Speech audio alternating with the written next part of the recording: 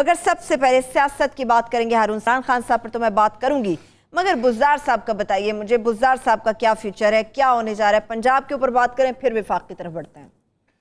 دیکھیے گزارش یہ ہے کہ اچانک اور دفتن جیسے قائد اعظم ایک دفعہ لندن تشریف لے گئے اور لوگوں نے کہا کہ کچھ کہیں تبرک کے طور پہ، آپ کو پتہ ہے وہ غیر ضروری بات نہیں کرتے تھے، تو اس دن سورج نکلا ہوا تھا، تو انہوں نے کہا برطانیہ کے لوگوں میں تمہارے لیے دھوپ لے کر آیا ہوں.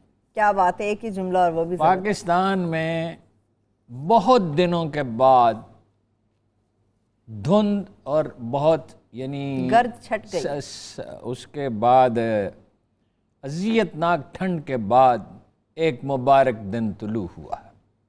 آج کے دن ساری خبریں اچھی، الحمدللہ. ایک آدھ خبر بری ہے مگر ایسی بری نہیں ہے جس سے بہت خوفزدہ یا پریشان ہونے کی ضرورت ہے. مینجمنٹ کی ضرورت ہے. عمران خان کے راستے کے سارے کانٹے قدرت نے چن دیے ہیں. کیا بات ہے. کم از کم وقتی طور پہ مستقبل کا انحصار ان پر ہے، اگر وہ پالیسیاں ٹھیک بناتے ہیں اگر تو کامیابیاں جو ہیں ان کا بھی مقدر ہوں گی. ملک میں ہمیشہ آپ سے کہتا ہوں کہ پاکستان ایک منور تقدیر رکھتا ہے، اور یہ بات میں شاعری میں نہیں کہتا. زندگی کے 25-30 برس میں نے اہل علم کے قدموں میں گزارے ہیں. تعویذ دھاگے والے نہیں اہل علم، راسخون فی العلم، جن کی زندگیاں گزر گئیں قرآن پڑھتے ہوئے، سیرت پڑھتے ہوئے، حدیث پڑھتے ہوئے، تاریخ پڑھتے ہوئے اور بنی نوع انسان کو سمجھتے ہوئے اور علوم میں ارکریزی کرتے ہوئے. پاکستان ایک وہ کہتے ہیں پاکستان ایک منور تقدیر رکھتا ہے اور پاکستان کو ڈیسٹنی گورن کرتی ہے. ایک دن میں کتنے عجیب واقعات ہوئے ہیں. $12 بلین اس سال آپ کو پے نہیں کرنے. $12 بلین آپ کو اس سال پے نہیں کرنے ہیں. جو آپ نے پے کرنے تھے ذرا اندازہ لگائیں، وہ آپ نے پے کرنے ہوتے ہیں. قرضہ کتنا بڑھتا ہے، مہنگائی کتنی ہوتی ہے، افراط زر کتنی بڑھتی، نفسیاتی دباؤ کتنا شدید آ جاتا، صنعت کاری کو کتنا نقصان پہنچتا. 1 ارب 38 لاکھ ڈالر، غالباً 40 لاکھ ڈالر یا 38 لاکھ ڈالر آپ کو آئی ایم ایف نے مزید پیسے دے دی، اور یہ بھی ظاہر ہے آسان شرائط پہ تھی. سعودی عرب کی حکومت نے بدھ کے دن فیصلہ کیا، اچانک انہیں احساس ہوا کہ پاکستان کی ضرورت ہے. اور میں بہت دنوں سے سوچ رہا تھا کب انہیں عقل آئے کہ انہیں پتہ چلے گا پاکستان کی انہیں ضرورت ہے. سعودی عرب کو اگر اپنا دفاع کرنا ہے تو سعودی عرب کا دفاع امریکی نہیں کریں گے، پاکستان ان کے ساتھ کھڑا ہوگا، پاکستان کرے گا، اور فائنلی ترک اس میں شامل ہوں گے اگر بھی اللہ نہ کرے وہ وقت آئے.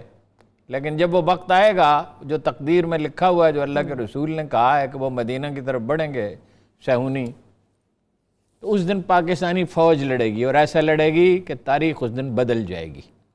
تاریخ میں اس دن اتنا بڑا انقلاب پیدا ہوگا کہ جو صدیوں کے بعد کبھی کبھی ہوتا ہے، بلکہ پوری انسانی تاریخ میں 2-4 بار ہی ایسا ہوا ہوگا.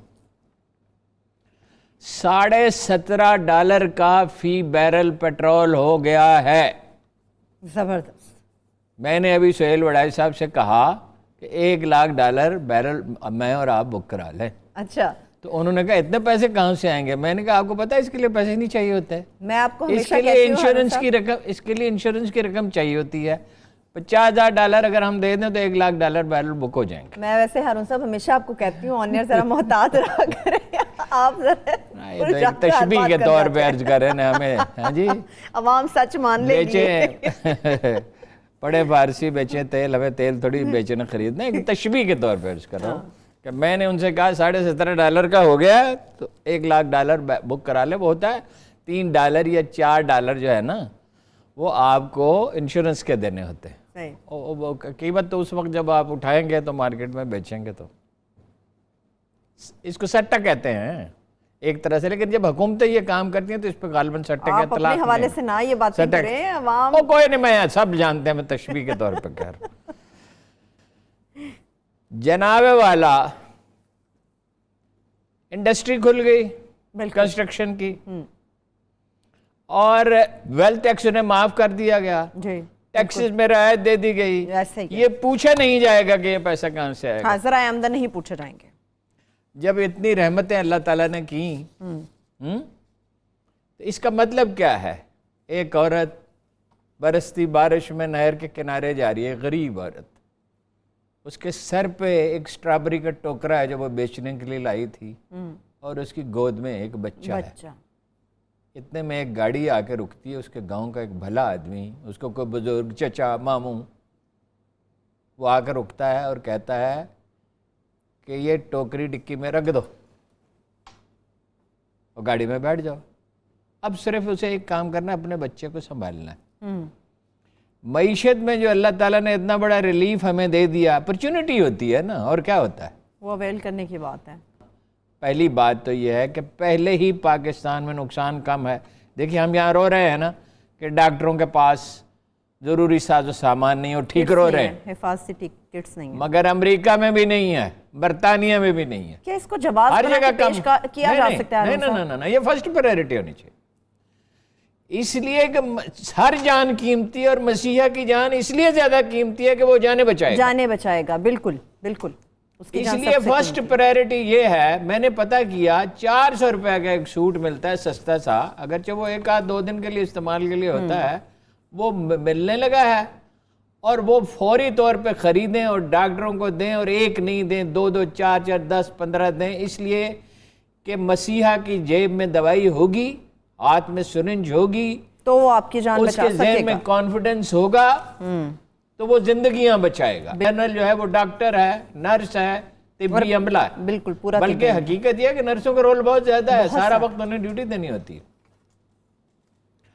اب آپ کو یہ ساری اپرچونٹیز مل گئیں، اور اس پہ ایک اور عجیب واقعہ ہوا، میرے پاس معلومات نہیں لیکن قرائن کی بنیاد پر مجھے 100% یقین ہے، بتائیے، اور کچھ معلومات بھی ہیں جو کہ سب کے پاس ہیں۔ وہ یہ ہیں کہ قیادت نے کہا سبھی سے، تمام سے، اور بھائی لڑنا بھڑنا بند کرو۔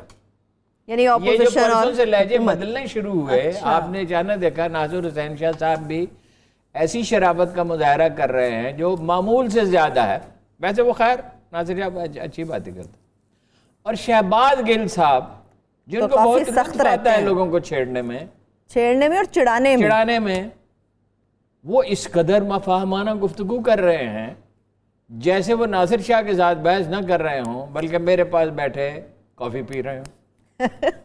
ٹھیک ہے، کافی کی دعوت تو نہیں دے رہے انڈائریکٹلی آپ نے؟ نہیں، کبھی کبھی وہ تشریف لاتے تھے، اب زیادہ بزی ہو گیا، اب اسلام آباد چلے گئے، کبھی کبھی آتے تھے، کافی کے پہلے پیتے تھے، وہ تو عزت افزائی کی بات ہے، کوئی مہمان آپ کے پاس آیا آپ اس کو کافی پیش۔ مولانا فضل الرحمان سے بھی بات کی ہے۔ دیکھیے میں نے مذہبی امور کے وزیر کو ایک میسیج بھیجا، ایک عام پاکستانی شہری کی حیثیت سے، اس لیے نہیں کہ میں اہم ہوں، میری کیا اہمیت ہے، نور الحق قادری صاحب، نور الحق قادری صاحب کو، کہ آپ تو بڑے ذہین آدمی ہیں، آپ سے تو مجھے بڑی توقعات تھی، آپ نے یہ کیا کیا، آپ یہ کیا کہتے چلے جا رہے ہیں کہ علماء سے پوچھیں گے، علماء سے پوچھیں گے، علماء سے پوچھیں گے۔ علماء سے ضرور پوچھیں، لیکن اگر بعض علماء کا رویہ جو ہے وہ فساد پہ تلے ہوئے تو اس کا مطلب کیا ہے؟ حکومت کو اپنی ریٹ نافذ کرنی چاہیے۔ ان کا جواب آیا کہ انشاءاللہ ہم صحیح طریقہ کار اختیار کریں گے۔ صحیح۔ اس کے بعد میرا خیال ہے وہ بڑے ذہین آدمی ہیں، انہیں کے انیشیٹو پہ وہ عارف حلوی صاحب کے پاس گئے۔ عارف حلوی کے پاس کیوں گئے؟ میں عارف حلوی صاحب کا مداح بالکل نہیں ہوں، لیکن وہ بات نرمی سے کرتے ہیں، دلیل سے، سنا ہے وہ دلیل بھی ان کی سلیقہ مضبوط مندی ہے۔ سے بات کرتے ہیں۔ اصل میں بات کرنی ہوتی ہے نرمی سے، دلیل تو آپ بعض اوقات وہ آدمی بھی دے رہا ہوتا ہے جو بہت تلخی میں ہو، غصے میں ہو، لیکن اس کی دلیل تو بے اثر جاتی ہے نا۔ مزاج کے دھیمے عارف حلوی صاحب، انہوں نے علماء سے بات کی، ٹھیک، یہ پہلا جمعہ ہے جو بخیریت گزرا ہے، الحمدللہ، اس پہ اللہ کا لاکھ لاکھ شکر ادا کرنا چاہیے، اور ان سب نعمتوں کو جو میں نے گنوائی ہے اس پہ جو آدمی 1 روپیہ صدقہ دے سکتا ہے اس کو 1 روپیہ صدقہ دینا چاہیے اس پاکستانی کو، اور جو 1000 روپیہ دے سکتا ہے اس کو 1000 روپیہ دینا چاہیے، اور جو 1 لاکھ روپیہ دے سکتا ہے اس کو 1 لاکھ روپیہ دینا چاہیے، اور جو 10 کروڑ دے سکتا ہے اس کو 10 کروڑ دینا چاہیے۔ صحیح، عذاب ٹل گیا، ٹلنے کے اللہ تعالیٰ نے آثار حویدہ کر دیے، بالکل یہی ہوتا ہے۔ اب جناب معیشت آپ کی جو تھی 2 ہفتے پہلے اس کا ایسٹیمیٹ یہ تھا جو ہم نے نہیں لگایا، ظاہر ہمارا کام بھی نہیں ہے، ماہرین معیشت یہ کہہ رہے تھے 7 سے 9% معیشت گر جائے گی، کل شام کا ایسٹیمیٹ یہ ہے 1 سے 2%، اور مجھے یقین ہے 1 سے 2% بھی نہیں گرے گی.